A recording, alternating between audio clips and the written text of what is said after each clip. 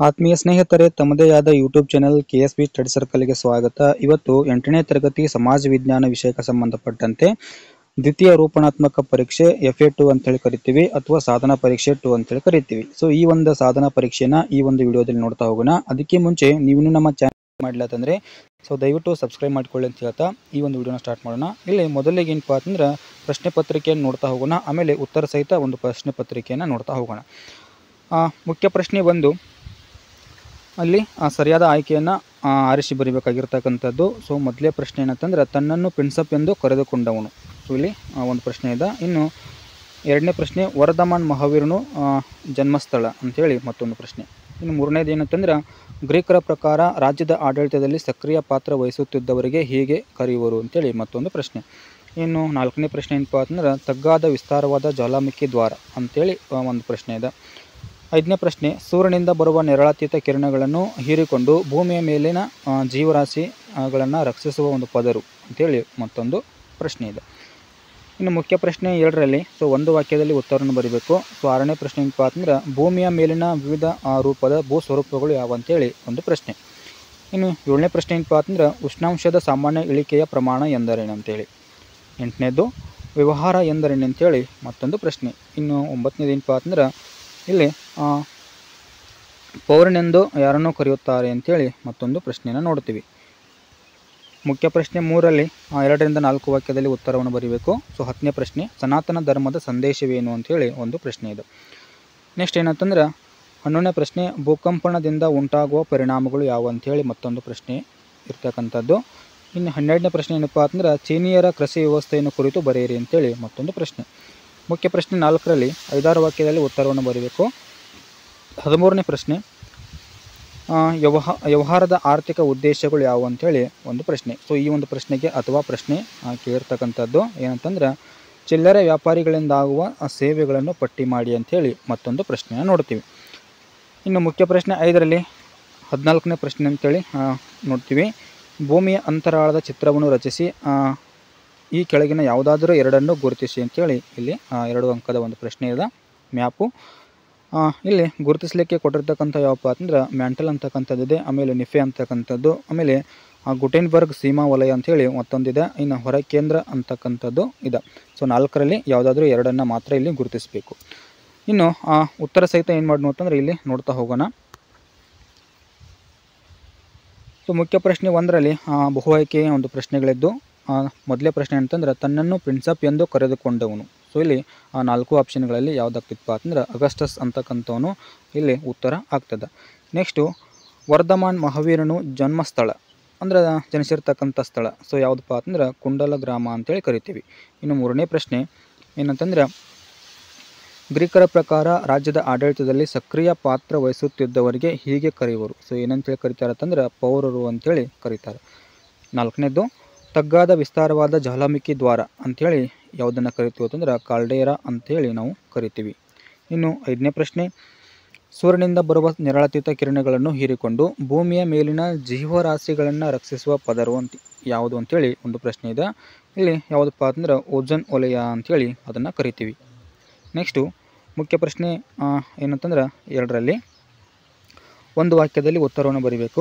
6ನೇ ಪ್ರಶ್ನೆ ಏನಂತಂದ್ರೆ ಭೂಮಿಯ ಮೇಲಿನ ವಿವಿಧ ರೂಪದ ಭೂ ಸ್ವರೂಪಗಳು ಯಾವ ಅಂತೇಳಿ. ಸಾಮಾನ್ಯವಾಗಿರ್ತಕ್ಕಂಥ ಭೂ ಸ್ವರೂಪಗಳು ಯಾವಪ್ಪ ಅಂತಂದ್ರೆ ಪರ್ವತಗಳನ್ನು ಕಾಣ್ತೀವಿ, ಪ್ರಸ್ಥಭೂಮಿಗಳು ಕಾಣ್ತೀವಿ, ಮತ್ತು ಮೈದಾನ ಪ್ರದೇಶಗಳನ್ನು ಕೂಡ ಇಲ್ಲಿ ಕಾಣ್ತೀವಿ. ಇವೇನಪ್ಪ ಅಂತಂದ್ರೆ ಭೂ ಸ್ವರೂಪಗಳು ಅಂಥೇಳಿ ನೋಡ್ತೀವಿ. ಇನ್ನು ನೆಕ್ಸ್ಟು 7ನೇ ಪ್ರಶ್ನೆ ಏನಂತಂದ್ರೆ ಉಷ್ಣಾಂಶದ ಸಾಮಾನ್ಯ ಇಳಿಕೆಯ ಪ್ರಮಾಣ ಎಂದರೇನು ಅಂಥೇಳಿ ಒಂದು ಪ್ರಶ್ನೆ ಇದೆ. ಇಲ್ಲಿ ಉತ್ತರವನ್ನು ನೋಡೋದಾದ್ರೆ ಸಮುದ್ರ ಮಟ್ಟದಿಂದ ಎತ್ತರಕ್ಕೆ ಹೋದಂತೆ ಏನಪ್ಪ ಅಂತಂದ್ರೆ ಅನಿಲಗಳ ಪ್ರಮಾಣ ಕಡಿಮೆ ಆಗೋದ್ರಿಂದ ಸಾಂದ್ರತೆ ಕಡಿಮೆಯಾಗಿ ಉಷ್ಣಾಂಶವು ಏನಾಗ್ತಿತ್ತಪ್ಪ ಅಂತಂದ್ರೆ ಕಡಿಮೆ ಆಗ್ತದೆ. ಇನ್ನು ಇದನ್ನು ಏನಂತ ಹೇಳಿ ಕರಿತೀವಪ್ಪ ಅಂತಂದರೆ ಉಷ್ಣಾಂಶದ ಒಂದು ಸಾಮಾನ್ಯ ಇಳಿಕೆಯ ಪ್ರಮಾಣ ಅಂಥೇಳಿ ಕರಿತೀವಿ. ಇನ್ನು 8ನೇ ಪ್ರಶ್ನೆ ವ್ಯವಹಾರ ಎಂದರೇನು ಅಂಥೇಳಿ ಒಂದು ಪ್ರಶ್ನೆ ಇದೆ. ವ್ಯವಹಾರ ಎಂದರೆ ವಸ್ತುಗಳನ್ನು ಉತ್ಪಾದನೆ ಮತ್ತು ಸೇವೆಗಳನ್ನು ಗ್ರಾಹಕರಿಗೆ ಪೂರೈಸುವ ಆರ್ಥಿಕ ಚಟುವಟಿಕೆಗಳಿಗೆ ಏನಂತ ಹೇಳಿ ಕರಿತೀವಿ ಅಂತಂದ್ರೆ ವ್ಯವಹಾರ ಅಂಥೇಳಿ ಕರಿತೀವಿ. 9ನೇ ಪ್ರಶ್ನೆ ಏನಪ್ಪ ಅಂತಂದ್ರೆ ಪೌರನೆಂದು ಯಾರನ್ನು ಕರೆಯುತ್ತಾರೆ ಅಂಥೇಳಿ ಒಂದು ಪ್ರಶ್ನೆ. ಯಾರನ್ನು ಕರೀತಾರೆ ಅಂತಂದ್ರೆ ತಾನು ವಾಸಿಸುವ ರಾಜ್ಯಕ್ಕೆ ನಿಷ್ಠೆಯಿಂದ ಇದ್ದು ರಾಜ್ಯವು ನೀಡತಕ್ಕಂಥ ನಾಗರಿಕ ಮತ್ತು ರಾಜಕೀಯ ಹಕ್ಕುಗಳನ್ನು ಅನುಭವಿಸುವ ಯಾವುದೇ ವ್ಯಕ್ತಿಯನ್ನು ಏನಂತೇಳಿ ಕರಿತೀವಿ ಅಂತಂದ್ರೆ ಪೌರನಂತೆ ಅಂತೇಳಿ ಕರಿತೀವಿ. ಇನ್ನು ಮುಖ್ಯ ಪ್ರಶ್ನೆ 4ರಲ್ಲಿ ಏನಪ್ಪ ಅಂತಂದ್ರೆ 2ರಿಂದ 4 ವಾಕ್ಯದಲ್ಲಿ ಉತ್ತರವನ್ನು ಬರೆಯಬೇಕಾಗಿತ್ತು. 10ನೇ ಪ್ರಶ್ನೆ ಏನಂತಂದ್ರೆ ಸನಾತನ ಧರ್ಮದ ಸಂದೇಶವೇನು ಅಂತೇಳಿ ಒಂದು ಪ್ರಶ್ನೆ ಇದೆ. ಸೊ ಸಂದೇಶ ಏನು ಅಂತಂದಾಗ ಸದ್ವಿಚಾರಣೆಗಳನ್ನೇ ಏನಪ್ಪ ಅಂತಂದ್ರೆ ಕೇಳೋಣ, ಆಡೋಣ, ಆಮೇಲೆ ಸದ್ವರ್ತನೆಯನ್ನು ಬೆಳೆಸಿಕೊಳ್ಳೋಣ, ಆರೋಗ್ಯದಿಂದ ಸುಖವಾಗಿ ಬಾಳೋಣ, ದ್ವೇಷ ಅಸೂಯೆ ಕೈ ಬಿಡೋಣ, ಹಿಂಸೆ ದ್ರೋಹಗಳನ್ನು ಮಾಡದಿರೋಣ, ಗುರು ಹಿರಿಯರಲ್ಲಿ ಗೌರವ ಇರಿಸಿ, ದೇವರಲ್ಲಿ ಭಕ್ತಿ ಇರಿಸಿ, ಸೊ ನಮ್ಮ ಶಕ್ತಿ ಸ್ವಭಾವಗಳಿಗೆ ಸರಿಯಾದ ಕೆಲಸ ಮಾಡುತ್ತಾ ಜ್ಞಾನ ಗಳಿಸೋಣ ಅಂತಕ್ಕಂಥ ಒಂದು ಸಂದೇಶ ಏನಪ್ಪ ಅಂತಂದ್ರೆ ಸನಾತನ ಧರ್ಮದ್ದು ಇದೆ. ಇದಿಷ್ಟೇನಂತಂದ್ರೆ ಇಲ್ಲಿ ನೋಡ್ತೀವಿ. 11ನೇ ಪ್ರಶ್ನೆ ಭೂಕಂಪನದಿಂದ ಉಂಟಾಗುವ ಪರಿಣಾಮಗಳು ಯಾವಂತ ಹೇಳಿದ ಒಂದು ಪ್ರಶ್ನೆ ಇದೆ. ಸೊ ಇಲ್ಲಿ ಪರಿಣಾಮಗಳು ಯಾವ ತಂದಾಗ ಅಪಾರ ಜೀವ ಹಾನಿ ಉಂಟಾಗ್ತದೆ, ಆಸ್ತಿ ಅಂತಕ್ಕಂಥವುಗಳು ಕೂಡ ಏನಾಗ್ತಾವೆ ಅಂತಂದ್ರೆ ಇಲ್ಲಿ ನಷ್ಟ ಆಗ್ತವೆ. ಇನ್ನು ಭೂಕುಸಿತ ಕೂಡ ಇಲ್ಲಿ ಉಂಟಾಗ್ತದೆ, ಆಮೇಲೆ ಪ್ರವಾಹ ಕೂಡ ಇಲ್ಲಿ ಉಂಟಾಗ್ತದೆ ಅಂತೇಳಿ ನೋಡ್ತೀವಿ. ಇನ್ನು ಅಪಾರ ಜನರು ಏನಪ್ಪ ಅಂತಂದ್ರೆ ಇಲ್ಲಿ ಸಾವಿಗೀಡಾಗ್ತಾರೆ ಅಂಥೇಳಿ ಇದು ಕೂಡ ಪರಿಣಾಮ ಉಂಟಾಗ್ತದೆ. ಇನ್ನು ಕಟ್ಟಡ, ಸೇತುವೆ, ರಸ್ತೆ, ರೈಲು ಮಾರ್ಗಗಳು ಏನಾಗ್ತಾವೆ ಅಂತಂದ್ರೆ ಇಲ್ಲಿ ಸಾಕಷ್ಟು ಹಾನಿಗೆ ಒಳಗಾಗ್ತಾವೆ ಅಂತೇಳಿ ನೋಡ್ತೀವಿ. ಸೊ ಇದರಿಂದ ಭೂಕಂಪನದಿಂದ. ಇನ್ನು 12ನೇ ಪ್ರಶ್ನೆ ಏನಪ್ಪ ಅಂತಂದ್ರೆ ಚೀನಿಯರ ಕೃಷಿ ವ್ಯವಸ್ಥೆಯನ್ನು ಕುರಿತು ಬರೆಯಿರಿ ಅಂತೇಳಿ ಒಂದು ಪ್ರಶ್ನೆ ಇದೆ. ಕೃಷಿ ವ್ಯವಸ್ಥೆ ಯಾವ ರೀತಿ ಇತ್ತಪ್ಪ ಅಂತಂದ್ರೆ ಶಾಂಗ ಮನೆತನದವರು ಕೃಷಿಯನ್ನು ಅವಲಂಬಿಸಿದ್ರು. ಇನ್ನು ನೀರಾವರಿ ಏನಪ್ಪ ಅಂತಂದ್ರೆ ವ್ಯವಸ್ಥೆ ಕೂಡ ಇಲ್ಲಿ ಬಳಸಿ ವ್ಯವಸಾಯ ಅಂತಕ್ಕಂಥದ್ದನ್ನು ಇಲ್ಲಿ ಮಾಡ್ತಾಯಿದ್ರು. ನೆಕ್ಸ್ಟ್ ಏನಪ್ಪ ಅಂತಂದ್ರೆ ಇವರು ಹೆಚ್ಚಾಗಿ ಭತ್ತವನ್ನು ಬೆಳೀತಿದ್ರು. ಸೊ ಇದು ಕೂಡ ಇಲ್ಲಿ ಇಂಪಾರ್ಟೆಂಟ್ ಆಗ್ತದೆ. ಇನ್ನು ಶಾಂಗ ಮನೆತನದವರು ಏನಪ್ಪ ಅಂತಂದ್ರೆ ರೇಷ್ಮೆ ಬೇಸಾಯದಲ್ಲಿ ತೊಡಗಿದ್ದು ರೇಷ್ಮೆ ಉಡುಪನ್ನು ಏನು ಮಾಡ್ತಿದ್ರು ಅಂತಂದ್ರೆ ಧರಿಸ್ತಾ ಇದ್ರು. ಇನ್ನು ಚೀನಿಯರು ಸೊ ಉತ್ತಮ ಒಂದು ಮಡಿಕೆ ಮತ್ತು ಪಿಂಗಾಣಿಯನ್ನು ಕೂಡ ಏನು ಮಾಡ್ತಾ ಇದ್ರು ಅಂತಂದ್ರೆ ಇಲ್ಲಿ ಬಳಸ್ತಾ ಇದ್ರು ಅಂತೇಳಿ ನೋಡ್ತೀವಿ. ಸೊ ಇದಿಷ್ಟು ಏನಂತಂದ್ರೆ ಇಲ್ಲಿ ಕೃಷಿ ವ್ಯವಸ್ಥೆಯ ಕುರಿತು ಇಷ್ಟು ಬರಿಬೇಕು. ನೆಕ್ಸ್ಟು ಮುಖ್ಯ ಪ್ರಶ್ನೆಯಲ್ಲಿ ಏನಪ್ಪ ಅಂತಂದ್ರೆ 5-6 ವಾಕ್ಯದಲ್ಲಿ ಉತ್ತರವನ್ನು ಬರೀಬೇಕು. ಸೊ 13ನೇ ಪ್ರಶ್ನೆ ವ್ಯವಹಾರದ ಆರ್ಥಿಕ ಉದ್ದೇಶಗಳು ಯಾವ ಅಂತೇಳಿ ಒಂದು ಪ್ರಶ್ನೆ ಇದೆ.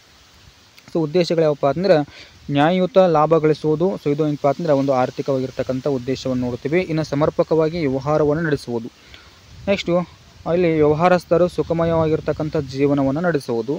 ಅಷ್ಟೇ ಅಲ್ಲದೆ ಸರಕು ಮತ್ತು ಸೇವೆಗಳನ್ನು ಗ್ರಾಹಕರಿಗೆ ಏನು ಮಾಡೋದು ಅಂತಂದ್ರೆ ಸರಿಯಾದ ರೀತಿಯಲ್ಲಿ ಒದಗಿಸುವುದು ಕೂಡ ಇಲ್ಲಿ ಆರ್ಥಿಕ ಉದ್ದೇಶಗಳಲ್ಲಿ ಬರ್ತದೆ.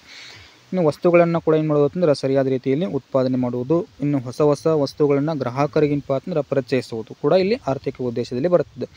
ಇನ್ನು ಹೊಸ ಉತ್ಪಾದನೆಗಳ ಬಗ್ಗೆ ಏನಪ್ಪ ಅಂತಂದ್ರೆ ಗ್ರಾಹಕರಿಗೆ ಜಾಹೀರಾತಿನ ಮೂಲಕ ತಿಳಿಸುವುದು. ಸೊ ಇದು ಕೂಡ ಏನಾಗ್ತದೆ ಅಂದರೆ ಇಲ್ಲಿ ಒಂದು ವ್ಯವಹಾರದ ಆರ್ಥಿಕ ಉದ್ದೇಶಗಳಲ್ಲಿ ನಾವು ನೋಡ್ತೀವಿ. ನೆಕ್ಸ್ಟು ಈ ಪ್ರಶ್ನೆಗೆ ಅಥವಾ ಪ್ರಶ್ನೆ ಇತ್ತು. ಸೊ ಏನಂತಂದ್ರೆ ಚಿಲ್ಲರೆ ವ್ಯಾಪಾರಿಗಳಿಂದ ಆಗುವ ಸೇವೆಗಳನ್ನು ಪಟ್ಟಿ ಮಾಡಿ ಅಂತೇಳಿ ಒಂದು ಪ್ರಶ್ನೆ.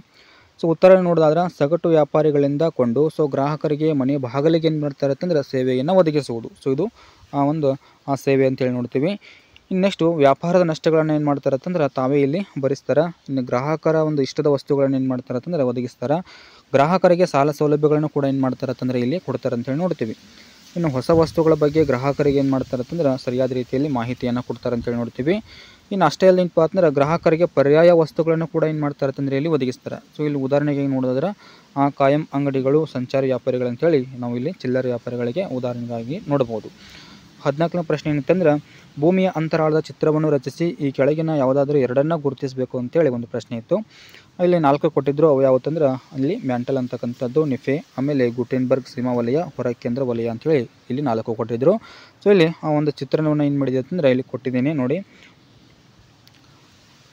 ಇಲ್ಲಿ ಕಂಡು ಬರ್ತಕ್ಕಂಥದ್ದು ನೋಡ್ತೀವಿ. ಸೊ ಗುಟೆನ್ಬರ್ಗ್ ಸೀಮಾ ವಲಯ ಅಂತಕ್ಕಂಥದ್ದಿದೆ. ಸೊ ಇಲ್ಲಿ ಮ್ಯಾಂಟಲ್ ಅಂತಕ್ಕಂಥದ್ದಿದೆ. ಇನ್ನು ನೆಕ್ಸ್ಟ್ ಯಾವಪ್ಪ ಅಂತಂದ್ರೆ ಹೊರ ಕೇಂದ್ರ ಅಂತಕ್ಕಂಥದ್ದಿದೆ.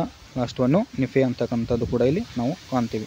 ಸೊ ಇದಿಷ್ಟು ಏನಪ್ಪ ಅಂತಂದ್ರೆ 8ನೇ ತರಗತಿ ರೂಪಣಾತ್ಮಕ ಒಂದು ಮೌಲ್ಯಮಾಪನ 2 ಸಾಧನಾ ಪರೀಕ್ಷೆ ಅಂತೇಳಿ ಕರಿತೀವಿ. ಇನ್ನು ಈ ಆದಷ್ಟು ವಿಡಿಯೋವನ್ನು ಶೇರ್ ಮಾಡಿ ಅಂತ ಹೇಳ್ತಾ ಈ ಒಂದು ವಿಡಿಯೋನ ಇಲ್ಲಿಗೆ ಮುಗಿಸ್ತಾ ಇದ್ದೀನಿ. Thank you.